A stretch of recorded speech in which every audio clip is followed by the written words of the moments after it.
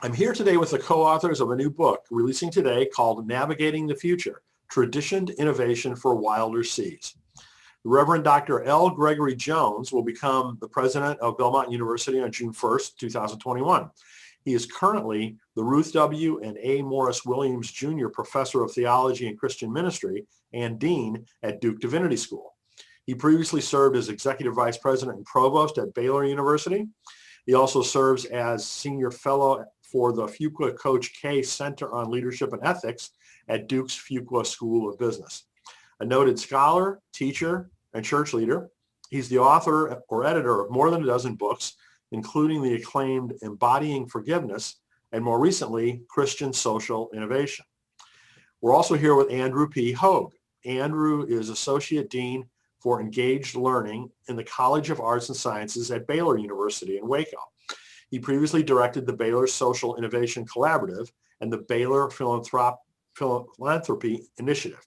And he teaches courses across a broad range of topics, including philanthropy and civil society, social innovation, and politics. He's the author of Stumping God, Reagan, Carter, and the Invention of Political Faith. So guys, thanks very much for joining us, and congratulations on your new book. Thank you. Wonderful to be here. Likewise. So I just kind of gave a really brief summary.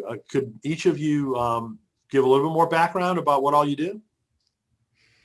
Sure, I'll start. I'm a political scientist by training. I've always been animated by the questions at the intersections of religion and public life, and trained as a political scientist, and really began my career as a scholar and writer sort of with that lens. Have increasingly, sort of in part based on the dissatisfaction with the way we conduct public life in the realm of electoral politics, found myself sort of migrating toward greater and greater interest in the social sector, in the ways in which the various institutions of civil society in their own ways contribute to the public good, and have kind of become, by virtue of that, interested in things like social innovation, in the ways that institutions are able to align themselves to contribute to the greater good, to shift the equilibria, to help foster a stronger, better public life. And so have been delighted in this way to intersect with Greg, who comes from a different angle and a different set of experiences to focus in on some of the topics that we dealt with in this book. Wonderful. I'm trained as a theologian, but I went to business school before I went to seminary and did my doctoral degree in theology. And for the last quarter century, I've been in various roles, as you mentioned, of institutional leadership. And I found that those twin interests in theology and business have served me well in institutional leadership, and really got me thinking about the changes that are afoot in our culture and in our world, and how we can most faithfully adapt to them. And got to know Andy and really have enjoyed the complementary strengths that we brought to the work on this book. Excellent. Well, glad you guys came together to do this. How did it happen? How did this book come about? Well, I've been working on sorry, Andy, you go ahead. Go ahead. I was going to say it started really that this is a project I've been working on for a very long time. And when I was at Baylor, Andy and I became friends working on the Social Innovation Collaborative. And I discovered a kindred spirit and somebody who really brought a great perspective from his background as a political scientist. And I said, hey, Andy, how about we work on this together? We started convening some groups to probe the questions and issues more deeply, and started working along with my daughter, Sarah, who had worked with Andy on the project at Baylor, to bring a younger person's perspective into the overall project. And we found that the three of us just brought complementary strengths and perspectives that really enabled creativity and the work of the book to reach a level that I think none of us could have done by ourselves. And I think just to echo that, because we came with different backgrounds and different sorts of disciplinary lenses, if you will, to some of our shared work. I think as Greg mentioned, part of the process of writing this book actually involved convening different groups of people, some scholars, some practitioners, some people who sort of bridge both of those worlds, around conversations about how we can, align institutions toward human flourishing. And I think, just sort of having those different perspectives allowed some really rich conversations in those convenings that sort of preceded the book, and greatly informed the way that we wrote, the audiences for whom we wrote, and those sorts of things. I think just sort of having those different backgrounds and different perspectives was really helpful to the writing process. Very cool. Well, you guys are probably too humble to want to show the book, so I will do that. Navigating the Future. And as I said, the subtitle is Traditioned Innovation for Wilder Seas. And if I could, let me read your definition of traditioned innovation, because that's kind of a new term. Traditioned innovation is a habit of being and living that cultivates a certain kind of moral imagination shaped by storytelling and expressed in creative transformational action. Moral imagination is about character. Character depends on ongoing formation, and formation takes place in friendships and communities that embody traditions oriented toward the end, with a capital E, and that are sustained by institutions. So there's a lot to unpack there. Maybe starting with the end, since you've capitalized that term. Who would like to take that one on? Greg, take it away. Well, I would say that, the emphasis on the end there is related to some of what we describe later in the book about some psychology research that talks about homo prospectus, that as human beings, we're oriented toward the future. That's what distinguishes us from other animals, is that future orientation. Too often we get stuck in a kind of now-nowism, as Richard Darman put it a number of years ago, or a kind of nostalgia for a past that maybe never was. And so that orientation toward the end, especially for people of faith, is an orientation toward God and toward the reign of God. And it's that orientation that pulls us into the future. And yet the notion of traditioned innovation is to say, drawing on the wisdom of the past. And it's that sense of simultaneously being oriented toward the future and beginning with the end enables us then to discover the richness of tradition in the past that enables a really life-giving present. And I think we see sort of a temptation on two sides. On one side, there is this sense of nostalgia and wanting to either keep things as they are because we're uncomfortable changing, or hoping for sort of pining for a past that is always going to be elusive because things around us always change. So there's sort of that temptation on the one side, and then on the other side, there's what we have called the folly of futurism, which is to say that we can somehow create the future we want out of nothing or out of nowhere, and part of the richness of traditioned innovation is that it says there is richness in the traditions that we inherit and that we inhabit, that we sit in the shade of trees that someone else planted, and we enjoy that inheritance. And at the same time, there is a continued need as we orient to the future, as we are homo prospectus, the person who looks toward the future. There's a need for us to continue evolving and adapting and innovating in ways that sort of help the people we serve through our institutions to enjoy what the first epistle to Timothy calls the life that really is life. That if we can orient our mission and our vision and all of our strategies, if we can orient toward that end, that there's some real rich innovation that can take shape, born of the traditions that we inherit. So who would you say is the prime target audience for the book? It's a great question. I think I'd say that there are two primary audiences. One is really people who are in positions of leadership to steward institutions, because there's a temptation either to get stuck in the present or to get stuck in a kind of those twin dangers that Andy described as either now nostalgia or futurism. And I think to really see the life-giving ways that institutions matter. So that's the primary audience. The second audience, and this was the role that my daughter played in the development of the book, is really young people, young adults who've gotten cynical about institutions.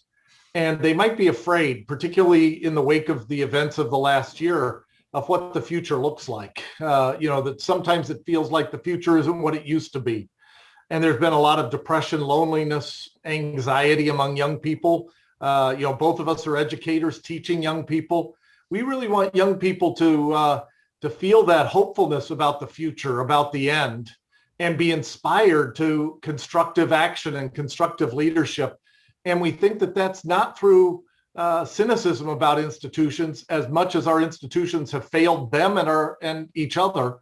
It's rather to get inspired to work for better institutions and to provide the kind of leadership. And so we really hope that that young people see and they recognize the wilder seas we're living in, living on.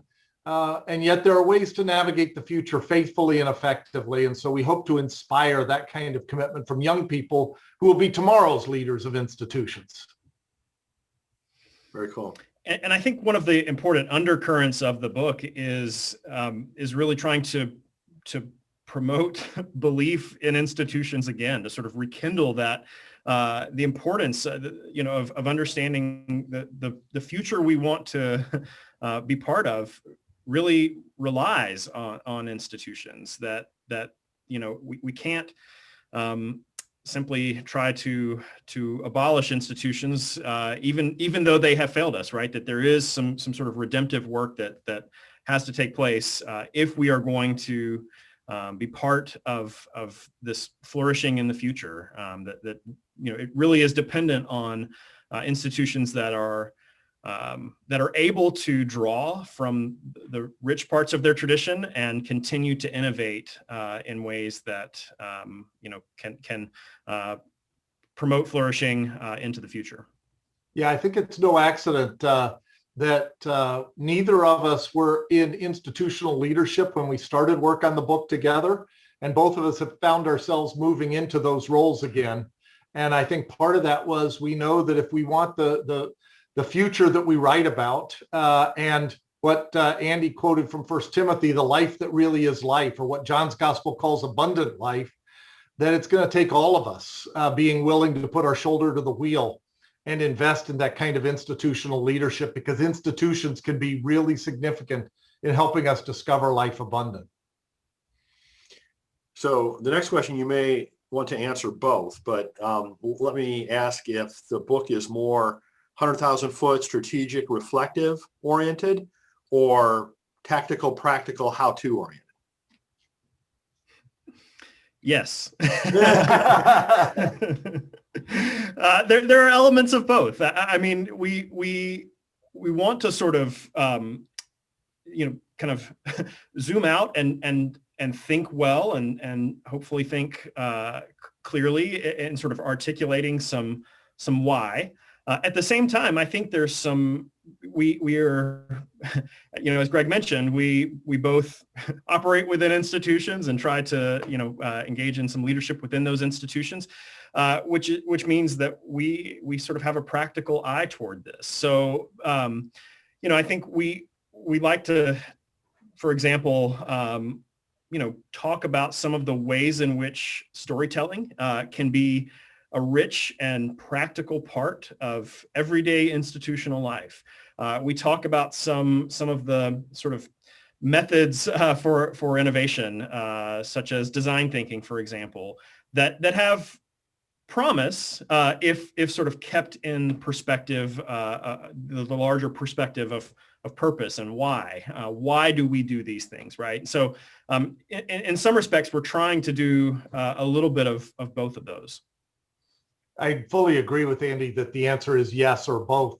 I would say that if you were to really press us, I think we'd say that we err a bit on the side of the more reflective, higher level kind of thing. Because what I would say that, and this has become even more clear to us over the last year and a half. I've been saying recently that as a culture, we're suffering from imagination deficit disorder, that we've just hunkered down and are just trying to kind of hang on for dear life. Lots of people in the wake of what I call multiple pandemics, not only COVID-19, but racial injustice, economic disruption, the mental health challenges that both the very old and some young adults, the CDC report about young adult mental health issues is really scary.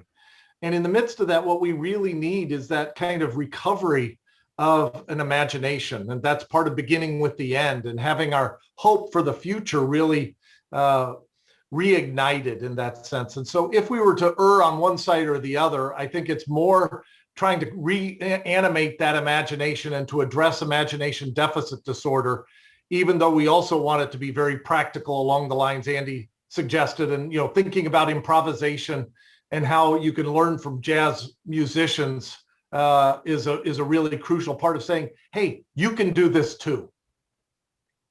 Well, I'll certainly give you guys the benefit of the doubt that it's difficult to be prescriptive with very, complex, dynamic issues that you're dealing with. So I can totally understand that. But how would you see this book being applied by the target audiences that you describe? I think potentially there are many ways that could take shape. I mean, part of what we're inviting is sort of a different way of seeing, a different way of orienting ourselves toward the future, but not to the exclusion of that which has come before us. And I think that alone just sort of and Greg gets all credit for this term, tradition to innovation. I mean, just putting these two terms next to one another, to me, invites imagination, right? It invites a different way of seeing something that all of us in all of our contexts inhabit. We all experience past, present, and future, right? And there's a sense in which, kind of trying to hold these things together is an invitation to a different way of thinking and seeing. And it's also the case that for all of us, that is a highly contextual thing to do, right? The traditions that we embody in my institution here are different from the traditions embodied in Greg's institution and in your institutions and the institutions I embody in my church or in my civic life, right? There are, these are highly contextual things. And I think in that respect, it's always got to be a very particular conversation for each of us. When I give you a very concrete example of how this is already having impact as I'm transitioning from Duke to Belmont, my conversations with the succession committee that was looking at me and talking with me, they said, we really want that vision you're describing of tradition to innovation at Belmont. So it became an occasion for a conversation around what traditions they care about and what kind of innovation do they anticipate for the future. Once my appointment was announced in February, a number of the senior leaders and deans got a hold of a copy of the book and started talking with each other. And it's become a language and a framework for them to talk with me about their hopes for their own colleges, as well as for Belmont as a whole. And so it's become something that I think Andy and I always thought would be a framework for discussion and storytelling. And one of the things that has been really neat for me as I'm learning a new institution that I'm going to become president of in June is that even some board members have started to tell me stories of Belmont's past in ways that they say, we really want you to lead in a way that exemplifies the leadership that Jack Massey had in what he saw as a possibility for Belmont back in the 1950s and 60s. And so I then say, oh, tell me stories about Jack Massey. And I discover this extraordinary network of relationships and how his own vision as an entrepreneur and as a Christian and as a philanthropist enabled Belmont to envision a future that it wouldn't otherwise have been able to envision. And so the language and the stories in the book have given me a framework for my own transition into a new leadership role in really exciting ways. That's very cool. That's very cool. And I can imagine the reverse too, that, folks at Duke, that have known you and kind of were alongside you as you wrote this book, we're looking, for guidance as well. Yes, absolutely. And that's become a framework even for me talking to my successor and my leadership team about what I hope will continue at Duke. And so it becomes the kind of thing that can stir the imagination and lead to new collaboration, gives language to envision a hopeful future and to execute in the present, because executing really matters. Otherwise, futurism becomes fantasy. For any institution, that's absolutely the case, isn't it? Yeah. Today does matter. Yes.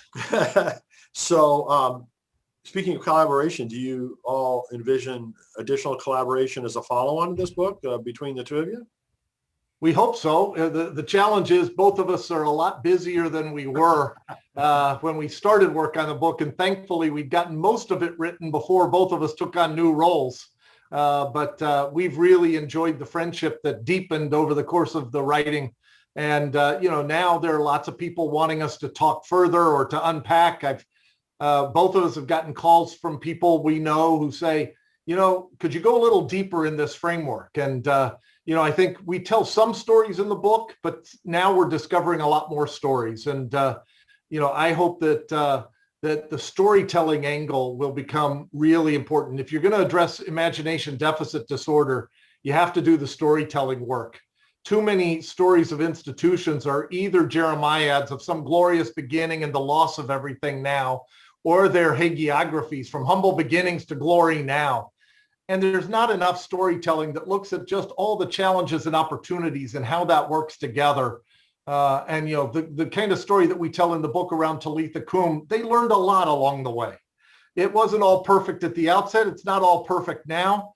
And yet that kind of growth mindset of learning and engaging and investing in a community, I still get inspired by thinking about those women and want to tell people, hey, go do something like what they do. You don't just replicate it, be inspired by their example, and then you can go and do likewise. And I think one of the other kind of ripple effects of having now written this, and as Greg mentioned, we told some stories, we encountered others, and but I think we have attempted to articulate something that can apply in a lot of contexts. And what that's allowed some readers and friends of ours to do is to have a language for some things maybe that they already were doing. And just by virtue of having that language to sort of deepen the ways that they were doing that, right? So intuitively, many institutions are aware of their past. They're aware of the traditions. They're aware of something like the culture of the institution that continually forms us and informs the ways we operate, right? I think intuitively we know that, but to sort of have a language that allows, that encourages a sort of deepening in our understanding. And by the way, we also are quick to emphasize that there's not one story of an institution, right? Yeah. That even one story can be told from so many different angles by so many different stakeholders. And I think that there's some real importance of that. Traditioning is not a one-time activity. It's not this is how it was and this is how it is, right? It's an ongoing reckoning with the past. And our understandings of the past continually change in light of the present. And so, I think that is, as I mentioned, sort of another outgrowth of just providing some language or a framework for institutions that maybe intuitively were doing this to really be able to deepen the ways in which they're practicing tradition innovation. Well, guys, it's really great to hear about this new book, and thank you for bringing that to the forefront. Any closing thoughts that you'd like to share with potential readers? Go ahead, Greg. Well, I would just say that we hope that engaging the ideas in the book will be a source of inspiration, imagination, and renewed hope. We're doing this in the wake of Easter 10 days ago. And I would just say the hope that comes with Easter is related to the power that comes at Pentecost, and that sense that, the God who created the world is the God who promises to bring that creation to a new creation in all of its fullness. And it's been a really rough year. When we were in the middle of Lent, a number of people that I know said, we've been in a year's worth of Lent. It wasn't 40 days. And I think people are really yearning for that hope and that sense of new life. And so it's appropriate for us to be talking about this book in the season of Easter, because I think that's what we really hope, is that stirring of the imagination and that inspiration to see that we can enable life abundant, or the life that really is life, to be nurtured and to be cultivated. And that's what we really hope, that the book will be a source of stimulation and conversation and action. And as we talk about stories, we continue to remind ourselves and be reminded of the larger story in which all of this takes place. That we can trust in God, who has authored this story. And as we think about the work that we do day to day in our own institutions, our own places of employment, our own churches, as we think about the sort of day-to-day part of that, the reminder and the invitation is not to invent the future as we see it, but to anchor to the end of God's reign, right? To anchor to this belief that God is at work in the world, and that we are invited to be part of that. Well, gentlemen, congratulations again on this piece of work that I think is going to be a great benefit to many, and the best wishes for the rest of the book launch. Thanks so much, Brian. Great to be with you. Thank you.